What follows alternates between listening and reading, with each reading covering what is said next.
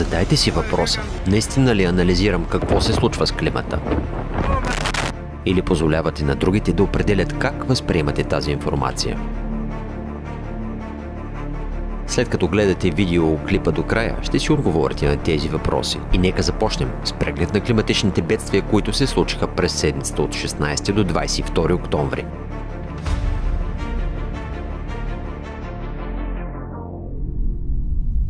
Италия. От 16 октомври Италия се сблъска с безпрецедентни валежи и ужасни наводнения. В района на Тоскана само за час паднаха 100 мм валежи. Тези екстремни условия причиниха смъртта на човек, който беше отнесен от потоците вода. Особено пострада град Сиена. Водата наводни ЖП гарата и превърна подлезите в бушуващи реки.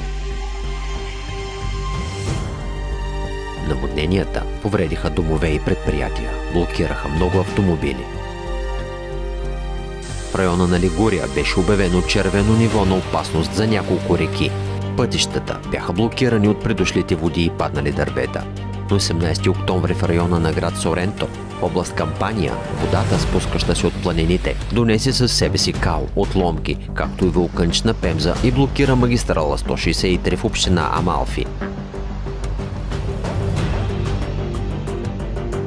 Следващия ден на остров Стромболи поровите също предизвикаха лахар, който удари село Джиносторе. Големите камъни сериозно повредиха къщите. Местните жители останаха без ток.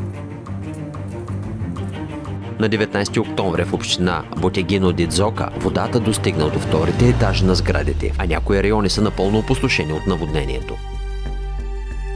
В град Пияноро кола с хора беше отнесена от мощен поток. В нея са били двама братя. За съжаление, един от тях не е успял да се спаси. Никой не помни такова опустошително наводнение в провинция Болония. В столицата град Болония повечето реки и канали преляха, наводнявайки голяма част от града. През нощта на 19 срещу 20 октомври само за 6 часа паднах над 150 мм дъжд, което е почти 2-месечни норми на валежи.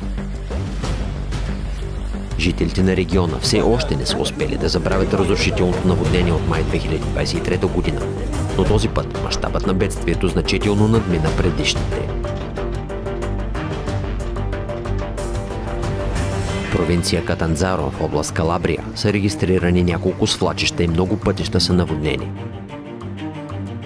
А на 21 октомври в град Ламеция Терме, поради силен дъжд на участък от магистрала 280 внезапно се образува пропадане, дълго няколко метра, който бързо се напълни с вода и кал. Кола с хора падна в ямата. За щастие всички бяха спасени.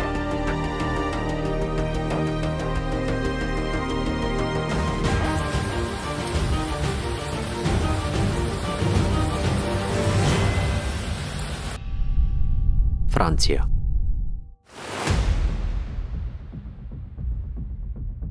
Опустошение, разрушен живот, изключителни наводнения. Така медиите описаха ужасяващия мащаб на климатичната катастрофа, която удари Франция от 16 октомври.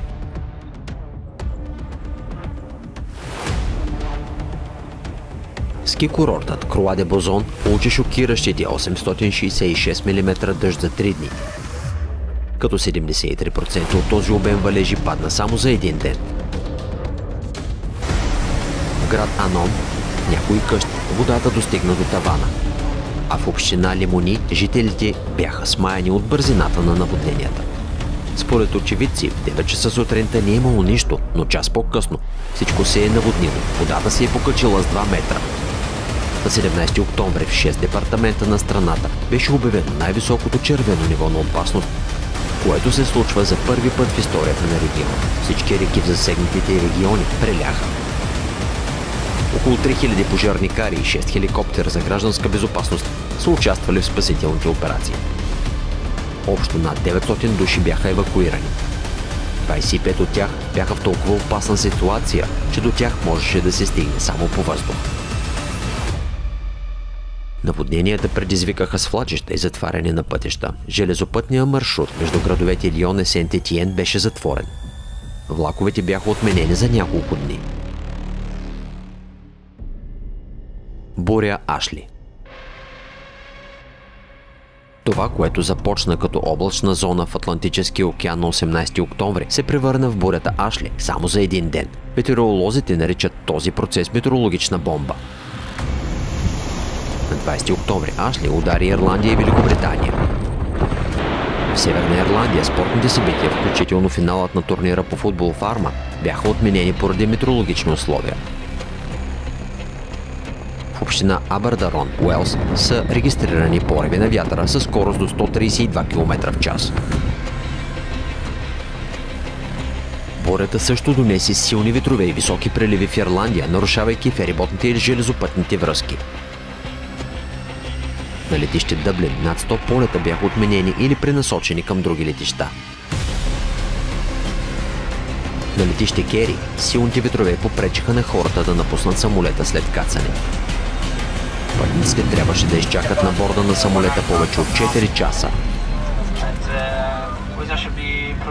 На 20 октомври 53 000 домове останаха без електричество в цяла Ирландия. Турция. На 16 октомври земетресение с магнитуд 5,9 удари района на Кале, провинция Малатия. Огнището на сеизмичното събитие е било на дълбочина 9 км. Трусът е усетен в 6 провинции и дори в съседна Сирия. Епицентърът е бил близо до мястото, където на 6 февруари 2023 година се случиха двете смъртоносни земетресения, по време на които над 50 000 души загинаха само в Турция, според официалните данни. Така че не е изненадващо, че хората са били много уплашени, когато сградите са започнали да се разклащат. Десетки хора са ранени, скачайки панически от прозорците. Много жители набързо са напуснали сградите и са останали на открито с часове, страхувайки се от нови трусове. Общо 249 души са ранени, 43 от тях са хоспитализирани. В провинция Елазик са идентифицирани над 500 повредени сгради, 20 са почти разрушени. От съображения за сигурност, училищата и другите учебни заведения бяха временно затворени в засегнатите райони. След земетресението в Малатия за един ден са регистрирани около 200 вторични труса, най-силният от които с магнитуд 3,3. А на следващия ден, 17 октомври, провинция Сивас претърпя 4 последователни земетресения само за 10 минути. Магнитудът на силния трус е бил 4,7. За щастие, никой не е загинал.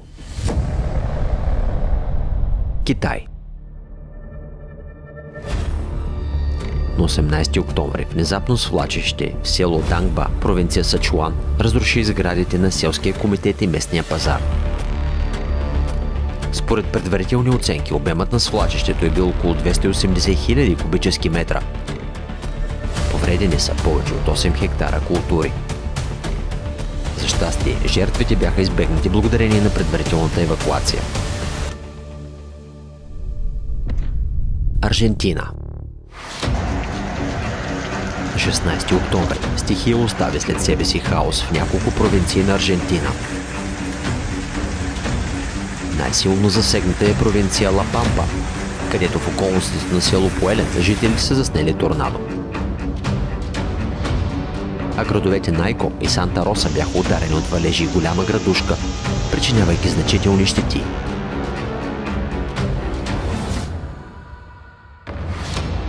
Грузия. Проливни дъждове, вятър и сняг нанесоха сериозни щети на няколко региона в Западна Грузия. В пристанищия град Поти от стихията пострадаха около 300 семейства, някои от които бяха принудени да напуснат домовете си.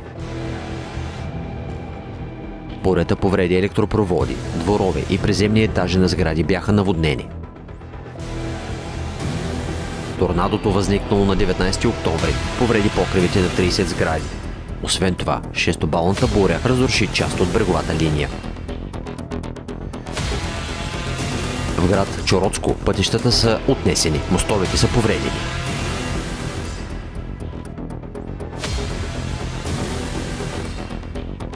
В района на Аджария височината на снежната покривка достигна 20 см.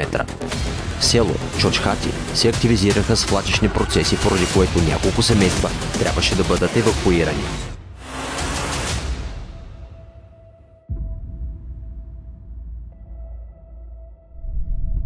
Ураганът Оскар.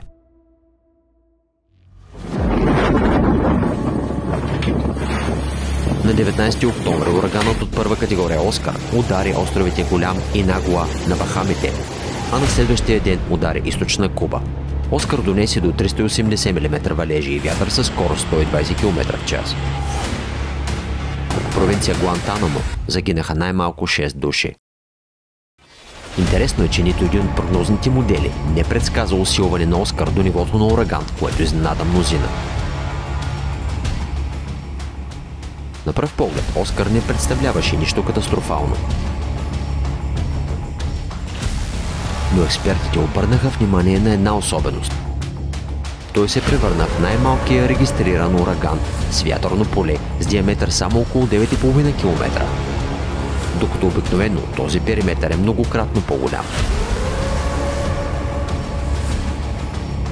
За сега официалната наука не дава обяснение за тази аномалия. Но може би това са само първите признаци на това явление, за което учените разказаха преди година на конференцията Глобална криза – Америка на кръстопът.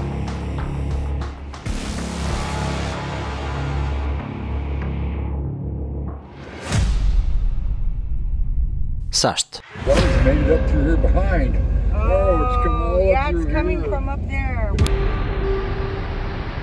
Рекордните валежи, започнали на 19 октомври, доведоха до катастрофално наводнение в град Розуел, Ню Мексико. Екстремният разлив на река Спринг наводни централната част на града и околните райони. За денонощие паднаха 147 мм дъжд, което е почти 4 пъти повече от средното за целия октомври. Този дъжд е рекорден за всички времена от 1901 година насам. През нощта ситуацията се влоши драстично. Водата бързо се издигна, наводнявайки къщи, магазини и улици. Спасителните служби спешно евакуираха около 300 души, 38 от които бяха хоспитализирани. Някои жители трябваше да чакат помощ на покривите на колите си, които почти напълно се скриха под водата.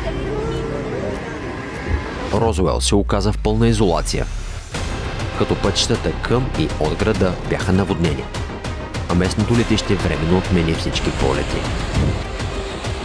Въпреки усилията на спасителите, 2 души загинаха.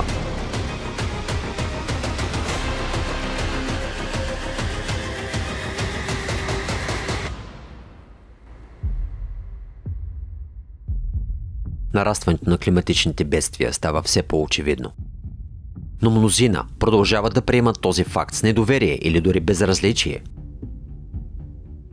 Защо това е така? Отговорът се крие във факта, че нашето мнение е манипулирано. Сблъсквайки се с информация за бедствие или дори ставайки очевидец на него, изглежда разбирате, че нещо плашещо се случва с климата. Но триковете на авторитетни медии и специалисти ви подтикват да възприемете ситуацията като нещо обичайно. Често не се дават данни, за да се създаде впечатление за по-малка заплаха. Например, вместо обичайното измерване на валежите в милиметри, напоследък новините все повече посочват в сантиметри. Това визуално смекчава мащаба на бедствието 10 пъти. Освен това, в статиите, редовно след описанието на самото събитие, се дава постскрипт, че подобни ситуации вече са се случвали. В резултат на това, опасността от това събитие се намалява. Информацията се обезценява. Защото, както знаете, началото и краят се запомнят в текста. А сериозността на последствията от бедствието се приписват на небрежност на управляващите и недостатъци на комуналните служби. Но формирането на правилното мнение за климата е само върхът на айсберга. Зад това се крият много по-дълбоки манипулации, които напълно заместват нашето възприятие за света. Тези, които стоят зад войните, най-големите терористични актове, стрелбата в училищата и възраждането на нацизма, манипулират умовете на психически здрави хора, като марионетки, създавайки световни трагедии с нашите ръце. Документалният филм «Въздействието» хвърли светлина върху всички тези престъпни схеми и техните автори. Гледайки този разследващ филм, ще видите света такъв, какъвто е. И ще разсеете всякакви илюзии. Тази истина е шокираща, но ще помогне да се разберат всички причинно-следствени връзки на случващото се в света. И ще даде осъзнаване на това какво ще се случи в близко бъдеще.